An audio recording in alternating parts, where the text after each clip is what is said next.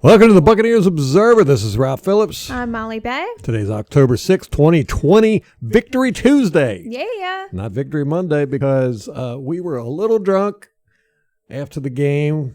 We were down in Tampa in a hotel room. Could not do a instant reaction podcast, so this is it. This is Victory Tuesday. Man, it's been a great 2 days. Feeling good. Buccaneers are a monstrous team. 3-1, baby. Yeah, top of the division, yo. We got a lot of news to cover. Molly's got most of it ready to launch at us.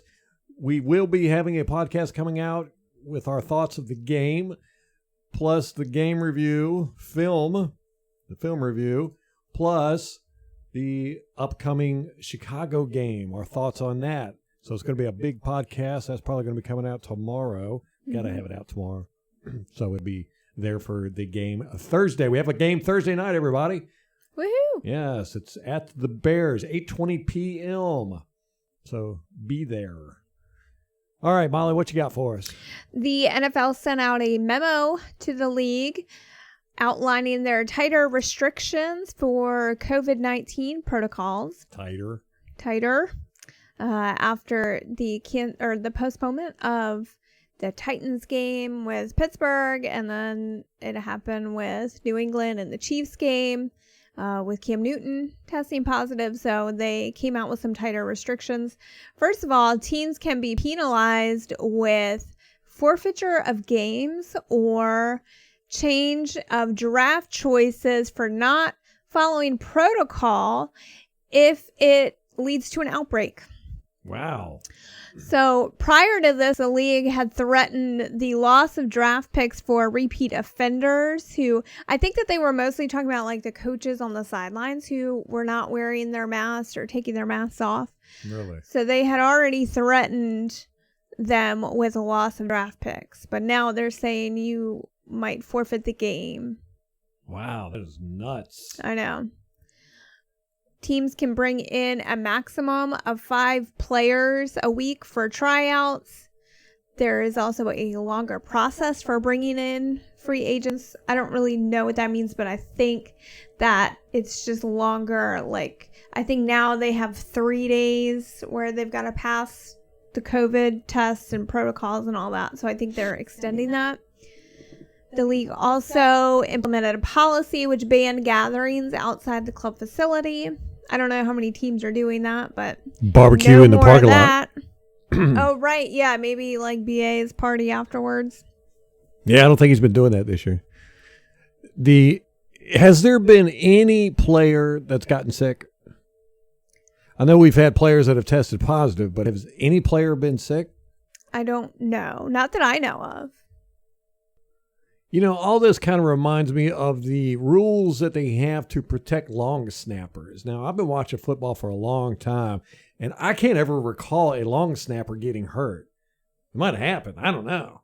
But now they've got all these rules to protect the long snapper. As a matter of fact, Devin White in the game Sunday got hit with a penalty, the most ridiculous penalty I've ever seen. And it was to protect the long snapper. The rule is there to protect the long snapper. The long snappers never got hurt that I know of, but they've got all these rules and teams are getting penalized for it. That's how I kind of feel about it. Maybe they've haven't gotten hurt because of the rules, Ralph. Well, I'm talking about before the rules, Molly. Oh, okay. Well, you know, it's like, you know, these guys catch COVID and they're not getting sick. I mean, as far as I know, none of them have gotten sick. Don't know.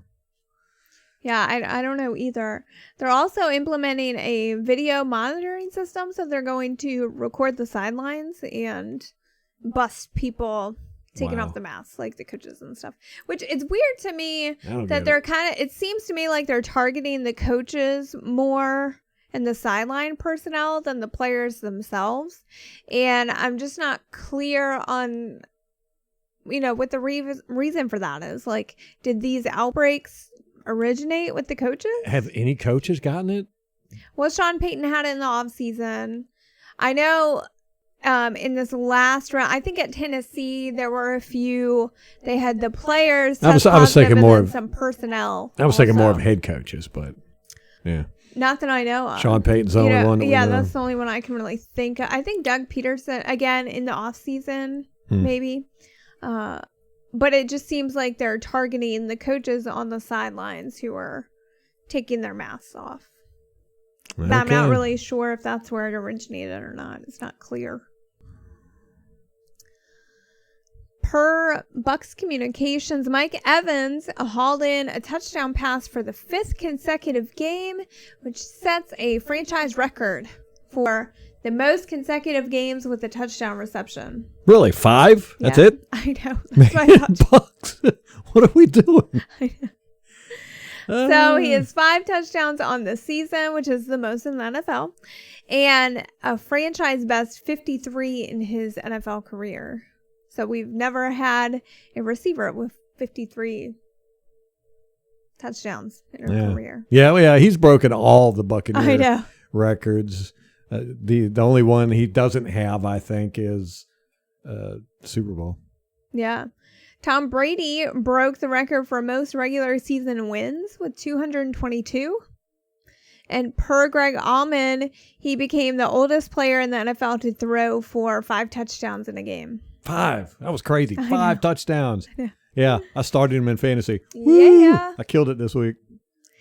He's up for the FedEx Air Player of the Week, so everyone should go vote. I think it's at NFL.com. Okay. He's up against Russell Wilson and I want to say Pat Mahomes, but it might be somebody else. So go vote for Tom. Dak Prescott. That was the other one. He had quite a few touchdowns. Yeah, his stats were outrageous. Like he had 500 yards passing. Who'd they play? I can't remember. Oh my gosh. Dallas. But didn't they lose? I can't remember. I can't either. It was kind of a fuzzy weekend. Mike Kliss of the Broncos Beat tweeted that William Golston was fined $15,000 for his roughing the passer penalty. From a couple weeks ago? Yeah, in week 3. What? So he hit Brett Ripien, the quarterback. Man, that's weak sauce right there. That is weak sauce. That was a good hit. Even the announcers said that should not have been a penalty. And now they're fining the guy $15,000. Could you imagine? Oh my gosh. This is ridiculous. It's like $5 to them though. Doesn't no. I mean, for that Golston. I mean, he's not raking in the big money. Right, but it's all relative. I mean, he's still, his contract is probably making $3, $4, $5 million a year. He'll be fine. I wonder what position in the NFL has never been fined. Kickers, maybe? Punters? That's a good question. We should do some data research on that one. Kenyon Barner, running back, we just brought up from the practice squad. He got knocked out of the game Sunday against the Chargers for a concussion. He's been suspended for 4 games for violating the PED policy, tested positive. Yeah, which is a huge blow because, I mean, we're down some running backs. I'll talk about the injury report in just a second. Yeah, I heard it's Adderall. That's what he's... Are you being funny? Yeah, that's what they always say. Because I took a supplement that I didn't read the label. Because of the NFLPA, the last agreement that they had with the NFL, the players can say whatever they want to say. The NFL cannot disclose why or what substance a player was caught with. The player can say whatever they want to say. That's why you've heard for years it's always been Adderall or supplements or whatever. Yeah, the players aren't ever going to admit, I was taking anabolic steroids. I know. Well, here's the thing is that he's been on a practice squad. Like, do they test those guys? I don't know. So, he's suspended. It really hurts us. How long for? 4 games. We are, per Greg Allman, bringing in running back Aka Cedric. I'm sorry if I butchered that name.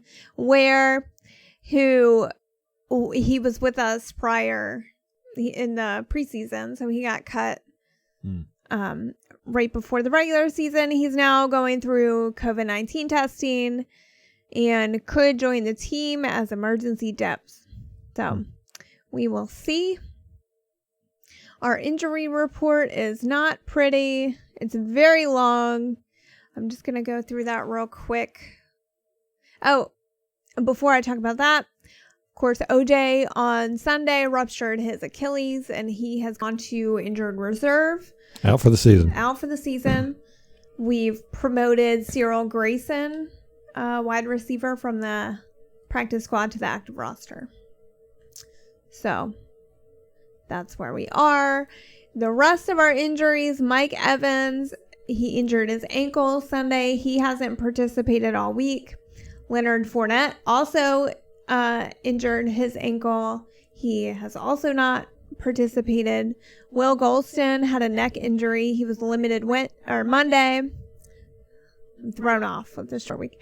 Full participant on Tuesday. Chris Godwin has a hamstring still, did not participate all week. I think on Saturday, Bruce Arians said Chris Godwin probably isn't going to play Thursday. Gronk has a shoulder injury. He's been limited all week.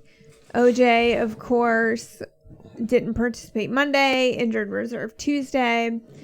LaShawn McCoy got an ankle injury. Wow. So that's 3 ankle injuries. He did not participate Monday or Tuesday. Scotty Miller with that hip and groin injury. He has not participated all week. JPP has a knee injury. He was limited Monday. Did not practice Tuesday.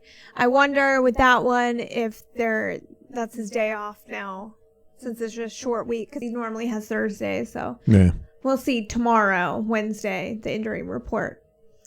Justin Watson had a chest injury. He has not participated all week either. Oh my gosh. So that's all of our wide receivers, basically. Justin Watson, Scotty, Chris Godwin, and Mike Evans. Half of our running backs. Wow. We are, and tight end, half of our tight ends, of course, OJ and Gronk.